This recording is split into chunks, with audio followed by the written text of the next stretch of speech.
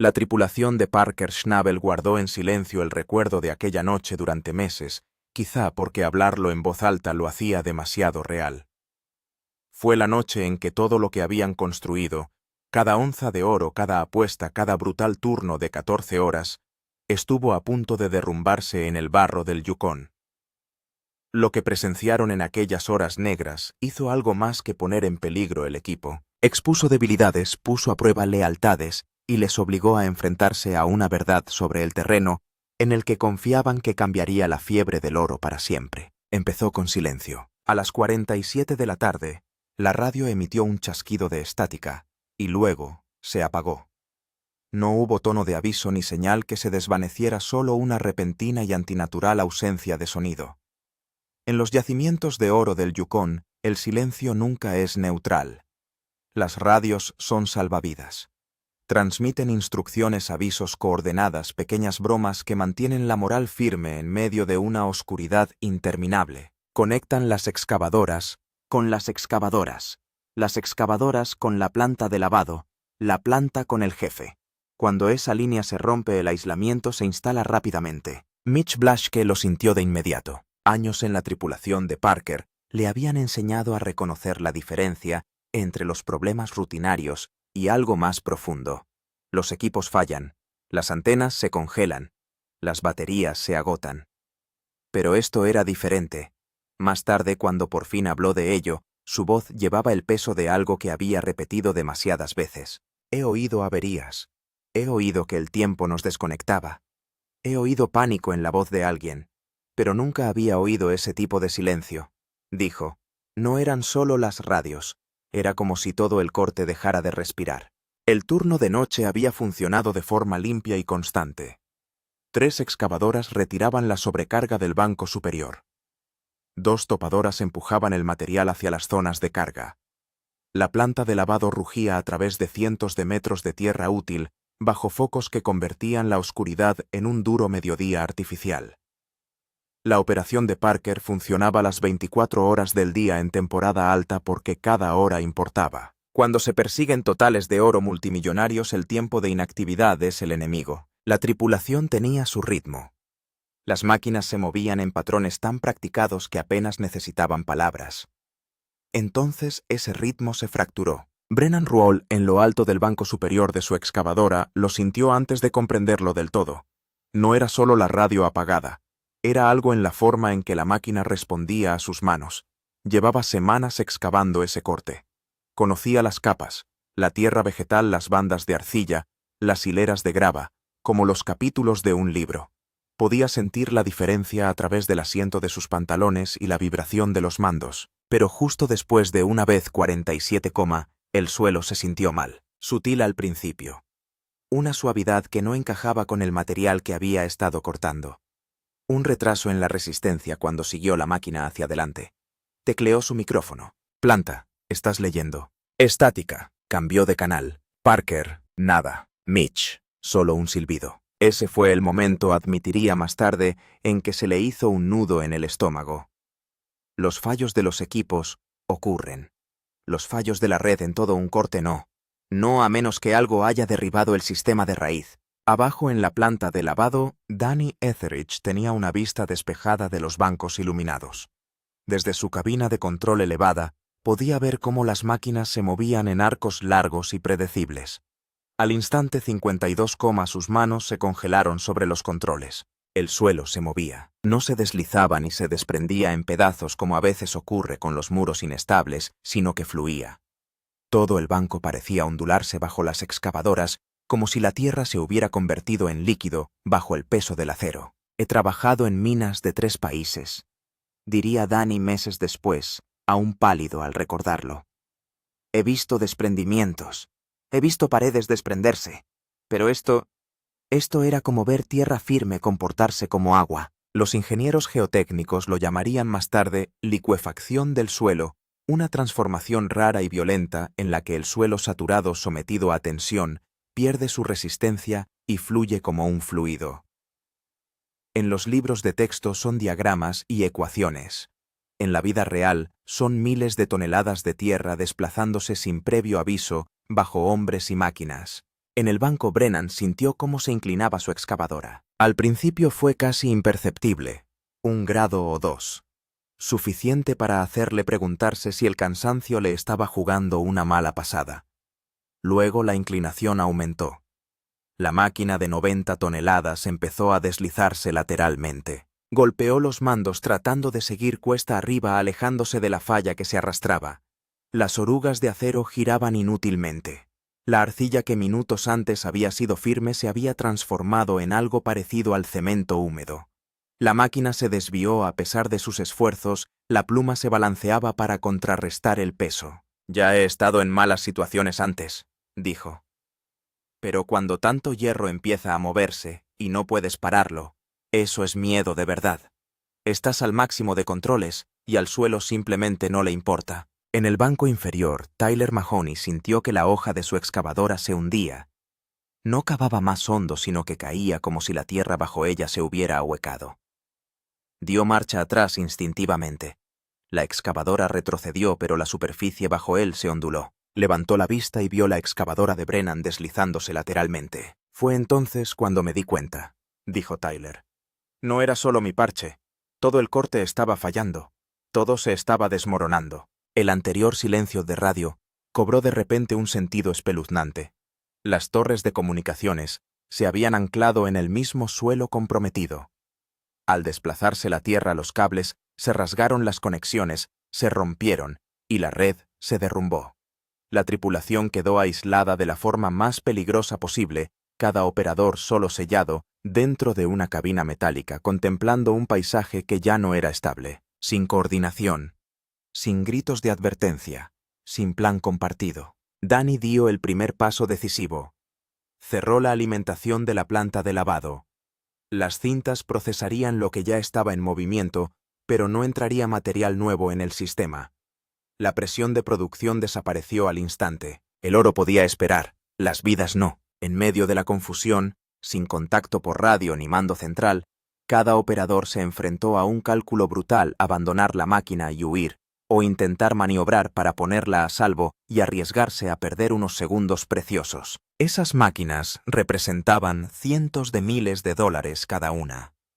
Pero ¿qué precio se pone a una vida humana cuando el suelo bajo ella se está convirtiendo en una marea? Mitch, que había estado realizando tareas rutinarias de mantenimiento en un camión de apoyo, vio que los focos se balanceaban de una forma que no parecía correcta.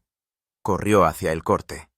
Cuando coronó la rampa de acceso, la visión le detuvo en seco. El muro oriental, de cientos de metros de largo y 50 de alto, se desplomaba hacia adelante en lo que parecía una avalancha a cámara lenta. El barro, la roca y la arcilla se doblaban hacia abajo como si la propia tierra exhalara tras haber mantenido la tensión demasiado tiempo. Los focos montados en torres portátiles se inclinaban en ángulos enfermizos. Sus haces cortaban el polvo y la niebla. Arremolinados, las sombras se retorcían como algo vivo. «Parecía bíblico», dijo Mitch en voz baja, «como si la tierra se tragara todo lo que habíamos construido». A 5 kilómetros de distancia, Parker Schnabel estaba sentado en su remolque revisando las cifras de producción. El botín de la noche parecía sólido. La temporada se había encaminado hacia objetivos ambiciosos y cada yarda procesada importaba. Su teléfono zumbó una vez un medio mensaje confuso antes de que se cortara la conexión. Probó la radio. Nada. Entonces otra llamada fragmentada y aterrorizada se cortó a mitad de frase. Parker no esperó claridad. Cogió las llaves y condujo. Cuando llegó al lugar de los hechos, la escena era casi irreal. Máquinas posadas en ángulos antinaturales. Miembros de la tripulación dispersos a lo largo de las crestas estables, algunos todavía dentro de las cabinas. Otros se habían largado y trepaban cuesta arriba. El tajo parecía herido, como si algo enorme hubiera desgarrado sus cimientos. No gritó, no entró en pánico, evaluó. Primera prioridad: confirmar todas las cabezas. Contabilizar a todas las personas. Los equipos podían sustituirse. Las personas no. Uno a uno salieron de la oscuridad, manchados de barro y sacudidos pero vivos. Brennan había conseguido bajar su pluma y estabilizarse el tiempo suficiente para bajar y correr. Tyler había retrocedido hasta terreno más firme justo antes de que cediera el banco inferior. No faltaba nadie. Solo ese hecho ya me parecía milagroso. pero los daños eran considerables. Secciones enteras de la zanja estaban inutilizables. El equipo estaba varado en un terreno inestable.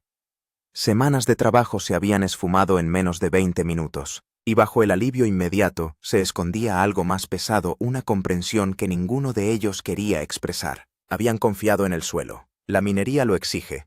Se calculan los límites de carga. Se estudian los informes del suelo. Se controlan las capas freáticas. Se asume que si se siguen los datos la Tierra se comportará dentro de los límites esperados. Aquella noche demostró lo contrario. En los días siguientes los ingenieros analizaron los niveles de humedad, los patrones de drenaje, las cargas de tensión, identificaron los factores que habían contribuido y esbozaron estrategias de mitigación. Pero en conversaciones privadas, la tripulación admitió lo que realmente les había conmocionado, no solo el derrumbe, sino la vulnerabilidad que había revelado. El oro les había hecho audaces. El éxito les había hecho esforzarse más, cavar más hondo, alargar las horas hasta la noche. Habían construido un imperio de acero y grava bajo los focos creyendo que la experiencia era una armadura. El silencio a la vez 47 rompió esa ilusión. Les recordó que por muy avanzada que sea la maquinaria, por muy disciplinada que sea la tripulación, el Yukon sigue teniendo el control. La Tierra da riqueza y puede recuperarla en un abrir y cerrar de ojos. Rompieron su silencio no para dramatizar el suceso, sino porque la verdad importaba. La cuasi catástrofe forzó cambios en el protocolo, redundancias en las comunicaciones y supervisión geotécnica que repercutirían en las operaciones mucho más allá de su reclamación. Aquella noche no destruyó la operación de Parker Schnabel, pero lo redujo a algo crudo y honesto. En la oscuridad, cuando las radios enmudecieron y la Tierra empezó a moverse como el agua, aprendieron que la supervivencia en los yacimientos de oro no consiste en saber cuánto se puede sacar de la Tierra. Se trata de la rapidez con que la respetas cuando decide moverse bajo tus pies. El primer indicio de que algo había ido catastróficamente mal no vino de una llamada de radio, sino de su ventana. Las luces distantes del corte, normalmente constantes y predecibles, se movían erráticamente. Focos que deberían haber permanecido fijos barrían el cielo como reflectores. Algo iba muy mal. Cogió su radio estática, cambió de canal más estática e intentó llamar a la tripulación directamente con su teléfono móvil. No había servicio como de costumbre en este remoto lugar. En sus años de minero se había enfrentado a todos ellos, pero las luces en movimiento sugerían algo más, algo peor. El trayecto desde su remolque hasta el Tajo solía durar 6 minutos. Parker llegó en 3 con su camión rebotando violentamente sobre las duras carreteras de acceso, los faros cortando la oscuridad. A medida que se acercaba, la magnitud del desastre se hacía evidente. Incluso desde la distancia podía ver la geometría alterada de la corta, los ángulos equivocados, las máquinas en posiciones que no deberían ocupar. Cuando Parker llegó a la planta de lavado, Danny estaba esperando con el rostro pálido bajo los focos. La conversación que siguió definiría el liderazgo de Parker de una forma que ninguna temporada de oro exitosa podría jamás. «Tenemos un fallo en tierra», informó Danny con voz firme a pesar de las circunstancias. «El muro este se está desplomando». La excavadora de Brennan se deslizaba la última vez que la vi. La excavadora de Tyler se hundía. Las radios no funcionan. Apagué la alimentación de la planta. Parker absorbió la información en segundos. Su tripulación estaba en peligro. Su equipo estaba en peligro. Todo su trabajo de la temporada estaba en un corte que estaba fallando activamente. Las decisiones que tomara en los próximos minutos determinarían si esto se convertía en un contratiempo o en una catástrofe. «¿Dónde está Brennan ahora?», preguntó Parker. «No lo sé, no puedo subirlo por la radio». «Tyler igual». Parker miró el corte calculador. El desplome seguía moviéndose. Podía verlo en las posiciones cambiadas de los focos.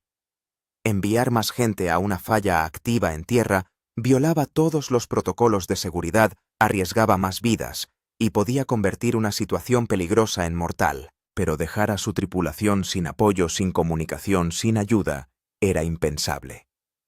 Que todos los vehículos con luces de trabajo se posicionaran alrededor del perímetro cortado, ordenó Parker. «Necesito ver toda la zona de fallo. Lleva a alguien al punto alto con binoculares.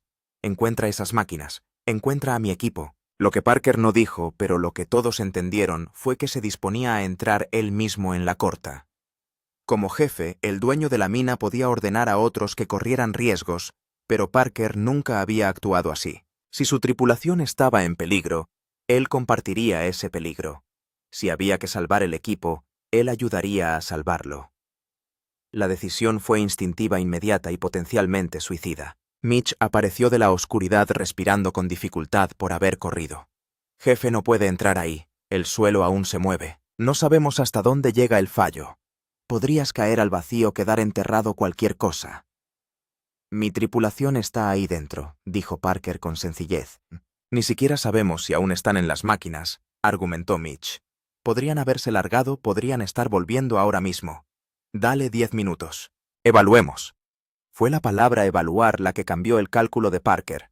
Mitch tenía razón. Lanzarse a un fallo activo en tierra sin información, un plan o una comprensión de lo que estaba ocurriendo no ayudaría a nadie. El liderazgo no consistía en ser valiente o actuar con audacia, sino en tomar decisiones que ofrecieran a todos las máximas posibilidades de supervivencia. 5 minutos, concedió Parker. Ponme los ojos en esas máquinas, luego hacemos un plan. Aquellos 5 minutos parecieron horas. Los miembros del equipo colocaron vehículos alrededor del corte cuyos faros iluminaban el desastre desde múltiples ángulos. Alguien encontró un par de prismáticos de alta potencia. Poco a poco, a través del polvo y la oscuridad, la situación se fue aclarando. La excavadora de Brennan se había deslizado unos 40 pies por el banco, pero parecía haberse detenido contra un terreno más estable. La excavadora de Tyler estaba inclinada en un ángulo pronunciado, pero no se movía. Ambas máquinas parecían intactas, aunque se desconocía si los operarios seguían dentro. Entonces, cortando la tensión, un sonido débil al principio, luego más fuerte. Un motor. Una de las excavadoras se movía por sus propios medios. Las orugas rechinaban contra el suelo inestable y se alejaban lentamente de la zona de la avería. A través de los prismáticos, pudieron ver a Brennan en la cabina luchando contra los mandos, haciendo subir la enorme máquina hacia un lugar seguro. «Está saliendo», susurró alguien, y la tripulación que observaba contuvo la respiración colectivamente. La decisión de Parker de esperar, de evaluar, de resistir el impulso de precipitarse, había sido reivindicada. Brennan se estaba salvando a sí mismo y a su máquina, pero el bulldozer de Tyler permanecía silencioso e inclinado en la oscuridad. Un miembro de la tripulación está a salvo, otro sigue en peligro. La noche estaba lejos de terminar. Cuando el suelo cedió, lo que la tripulación presenció a continuación quedaría grabado en sus memorias para siempre. Mientras la excavadora de Brennan se abría camino hacia terreno estable, el banco que acababa de abandonar cedió por completo.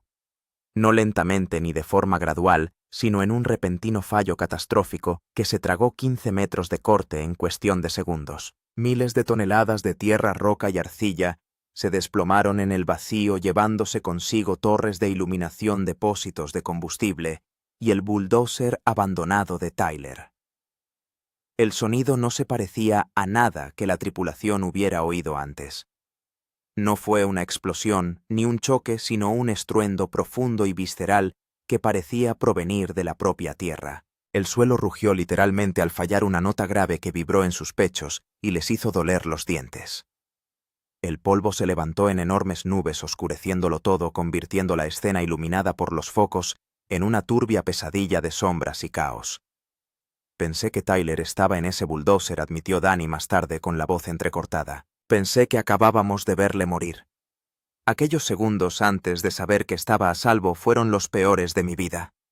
Pero Tyler había hecho el mismo cálculo que Brennan, abandonando su máquina minutos antes cuando quedó claro que el suelo no aguantaría. Salió de la cabina, trepó a pie por la inestable pendiente y salió del polvo cubierto de barro pero vivo.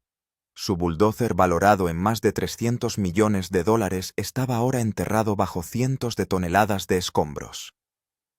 El equipo se reunió en la planta de lavado, todos estaban a salvo, pero la seguridad era relativa. El corte en el que habían estado trabajando había cambiado radicalmente. El muro oriental se había derrumbado por completo. Los bancos que habían excavado cuidadosamente durante semanas habían desaparecido.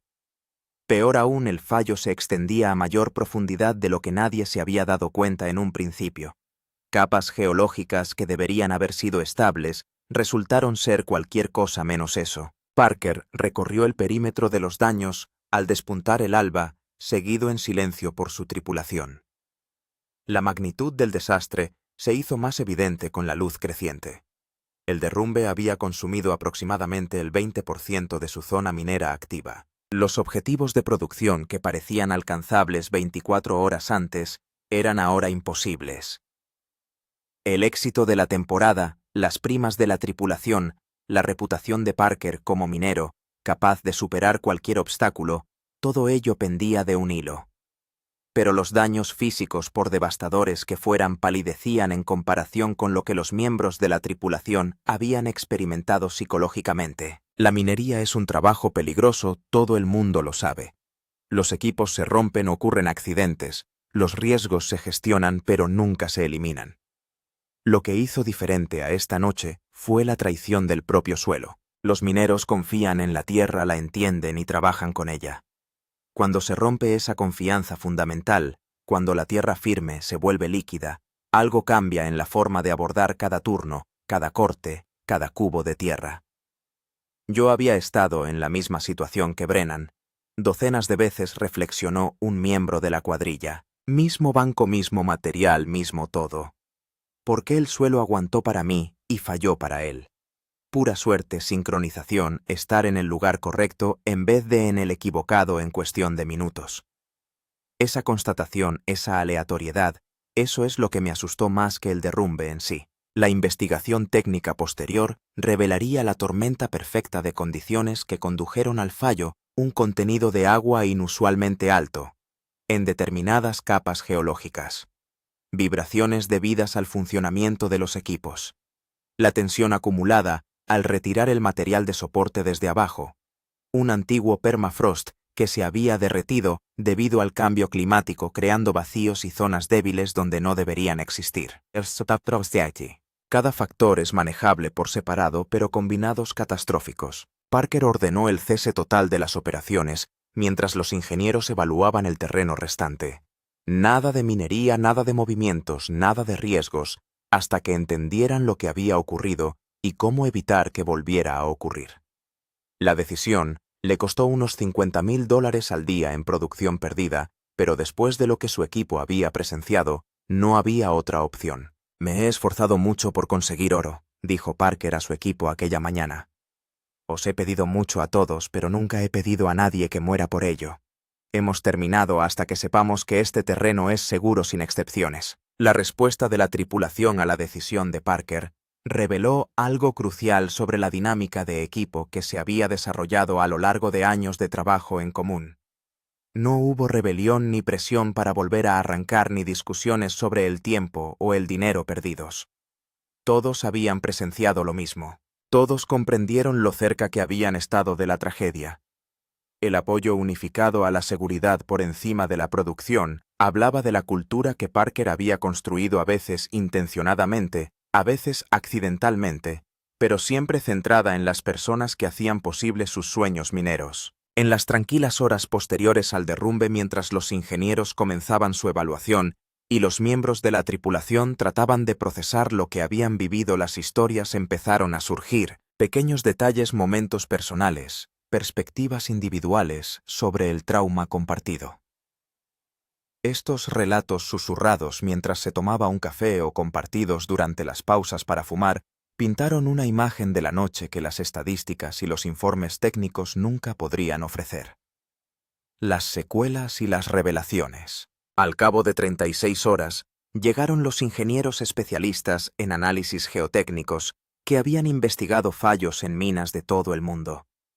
Lo que descubrieron en la corta de Parker conmocionó incluso a estos experimentados profesionales. El fallo del terreno no había sido un suceso aleatorio ni un accidente imprevisible. Hacía semanas que existían señales de advertencia, indicadores sutiles que el equipo había notado, pero no entendido. Que los supervisores habían descartado como variación normal, que todos habían racionalizado, porque detener la producción para investigar parecía excesivo. Mitch recordaba haber notado que el agua se filtraba de la pared cortada más de lo habitual, pero lo atribuyó a la lluvia reciente. Tyler había informado de que las orugas de su excavadora se hundían más en ciertas zonas, pero supuso que había chocado con material más blando. Brennan había sentido vibraciones en su excavadora que parecían erróneas, pero supuso que se trataba de un problema mecánico, no del terreno. Individualmente estas observaciones no significaban gran cosa. Juntos pintaron un cuadro claro de fracaso inminente que nadie había ensamblado hasta después del desastre. «Lo sabíamos», admitió un miembro de la tripulación a regañadientes, no conscientemente, no explícitamente, pero en algún lugar de nuestras entrañas, sabíamos que algo estaba mal. Solo que no queríamos creerlo, porque creerlo significaba parar, y parar significaba quedarse atrás, y quedarse atrás significaba decepcionar a Parker. Esta revelación afectó más a Parker que las pérdidas económicas. Su equipo se había sentido presionado para ignorar los problemas de seguridad, no porque él se lo hubiera exigido explícitamente, sino porque la cultura de producción constante había creado un ambiente en el que expresar las preocupaciones se consideraba una debilidad. Darse cuenta de que su estilo de liderazgo, su intensidad y su implacable búsqueda de resultados habían contribuido a la peligrosa situación obligó a Parker a enfrentarse a verdades incómodas sobre sí mismo y su empresa. Las reuniones de la tripulación que siguieron no se parecían a ninguna de las que las cámaras de la fiebre del oro habían captado antes. Conversaciones crudas, sinceras, a veces dolorosas, sobre el miedo, la presión, la comunicación y la responsabilidad. Parker escuchaba más que hablaba. Los miembros de la tripulación compartían experiencias que habían mantenido ocultas, todos lidiaban con la cuestión de cómo construir algo mejor a partir de los restos. «Me doy cuenta de que sacar el oro no es lo más difícil de la minería», reflexionó Parker. «Mantener a la gente buena, generar confianza de verdad, crear una cultura en la que la gente se sienta segura diciéndote, cuando algo va mal, ese es el reto». Había estado tan centrado en la tierra y el oro que me había perdido lo que pasaba con el equipo. Las relaciones personales dentro de la tripulación, siempre complejas, se hicieron aún más complejas después del accidente. Algunos miembros se unieron más estrechamente, habiendo compartido el trauma y sobrevivido juntos. Otros empezaron a distanciarse cuestionándose si el dinero valía el riesgo, si este cuasi accidente era una advertencia para encontrar un trabajo más seguro, si confiaban lo suficiente en tierra o en el liderazgo como para continuar. Brennan, que había pilotado su excavadora fuera de la zona de la avería y se había convertido en un héroe improbable, luchaba con la culpa del superviviente. Tyler podría haber estado en esa excavadora cuando se hundió, dijo. La única razón por la que no estuvo fue la suerte. No dejo de pensar en eso, en lo cerca que estuvimos, en lo fácil que podría haber sido una historia completamente distinta. Las revelaciones financieras agravaron la carga emocional. El bulldozer destruido, la producción perdida, los estudios de ingeniería y los trabajos de reparación necesarios para estabilizar el terreno restante, todo ello sumado a unas pérdidas que superan los $1,2 millones. Para una explotación minera que ya operaba con márgenes estrechos y que ya iba retrasada con respecto a los objetivos de la temporada, este golpe financiero ponía en peligro la viabilidad de continuar. Parker se enfrentaba a una decisión que iba más allá del simple análisis coste-beneficio. Podía cortar por lo sano, cerrar la explotación durante la temporada, pagar a su tripulación lo que se le debía y marcharse. Muchos mineros habrían tomado exactamente esa decisión, considerando el fallo del terreno como un contratiempo insalvable. O podía redoblar la apuesta, invertir más dinero en estabilización y seguridad, prolongar la temporada a pesar de los costes, e intentar volver a ser rentable al tiempo que recobraba la confianza de la tripulación. La decisión fácil era abandonar, reconoció Parker. Hacer las maletas, decir que ha sido una mala temporada y volver el año que viene. Pero yo no soy así, y lo que es más importante, mi equipo no necesitaba que fuera así. Se habían enfrentado juntos a este desastre, se merecían la oportunidad de superarlo juntos. Las soluciones técnicas que propusieron los ingenieros eran amplias y costosas sistemas de desagüe para reducir la presión de las aguas subterráneas, aterrazamiento de los muros restantes en ángulos más seguros, lo que significaba mover mucha más sobrecarga para la misma cantidad de tierra útil. Equipos de supervisión continua para detectar señales tempranas de futuros fallos. Secuencias de excavación modificadas que priorizan la estabilidad sobre la eficiencia. Cada recomendación tenía sentido, y cada recomendación recortaba los beneficios potenciales. Pero más allá de las soluciones técnicas, Parker reconoció la necesidad de un cambio cultural. Instituyó reuniones de seguridad diarias obligatorias en las que se escuchaban las preocupaciones de la tripulación sin juzgarlas, y contrató a un consultor externo para que enseñara a identificar e informar adecuadamente de los peligros. Y lo que es más importante, autorizó explícitamente a todos los miembros de la tripulación a detener las operaciones si veían algo peligroso sin hacer preguntas y sin presionarles para que justificaran su decisión. Les dije que vuestra seguridad era más valiosa que cualquier mina de oro que se pudiera encontrar, cuenta Parker. Y lo decía en serio, pero no era suficiente. Tuve que demostrarlo con hechos, con decisiones que me costaron dinero, pero que demostraron a la tripulación que iba en serio. Cambió para siempre. 6 meses después de la avería en tierra, la operación de Parker tenía un aspecto fundamentalmente distinto. Los cambios físicos fueron notables: taludes artificiales, equipos de control y procedimientos modificados. Pero las transformaciones más profundas se produjeron en las personas, en cómo enfocaban su trabajo, en lo que valoraban y lo que temían. Brennan siguió manejando excavadoras, pero admitió que nunca sintió la misma confianza en el terreno. En cada cubo, en cada pasada, una parte de mi mente se pregunta si este es el momento en que vuelve a fallar, dijo. He aprendido a vivir con esa conciencia, pero ha cambiado mi forma de trabajar, de dormir, de pensar en la minería. Con el tiempo Tyler volvió a manejar los equipos, pero insistió en recibir formación adicional sobre reconocimiento de riesgos geotécnicos.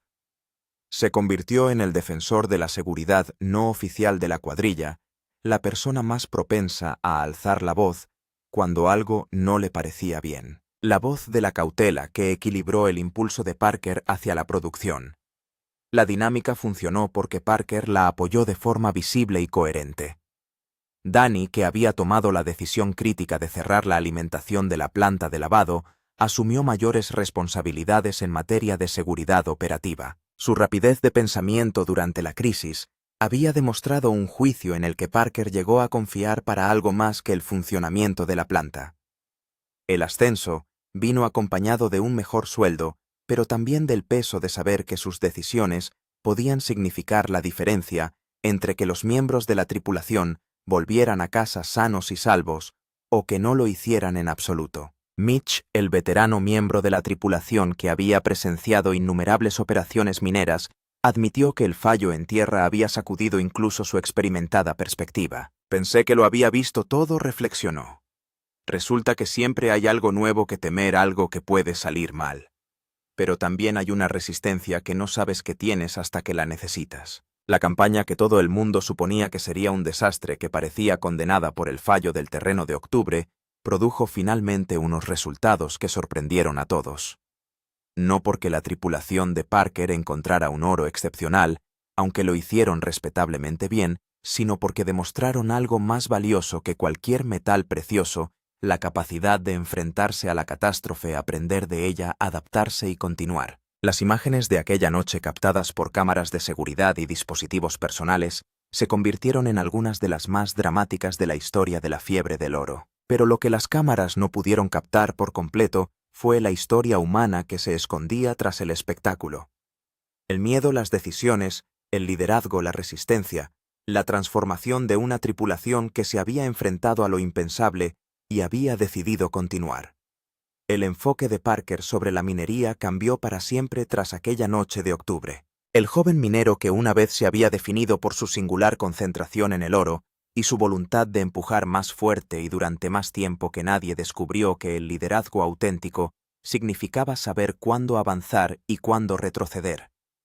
Uno cuyo éxito se mediría no solo en onzas, sino en la lealtad y la seguridad de su tripulación. Los miembros de la tripulación que permanecieron en la operación de Parker después del fracaso en tierra formaron un vínculo que trascendió las relaciones laborales típicas. Habían sobrevivido juntos a algo, se habían enfrentado a un peligro real, habían tomado decisiones a vida o muerte y habían salido cambiados pero intactos.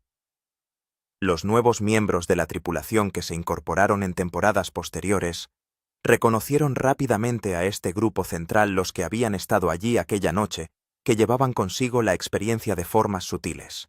En todo el sector, el fracaso suscitó conversaciones sobre la estabilidad del terreno, la tecnología de control y la cultura de seguridad que se extendieron mucho más allá de la operación específica de Parker. Otros mineros estudiaron lo sucedido, aplicaron sus propias medidas preventivas y reconsideraron sus suposiciones sobre la estabilidad del terreno.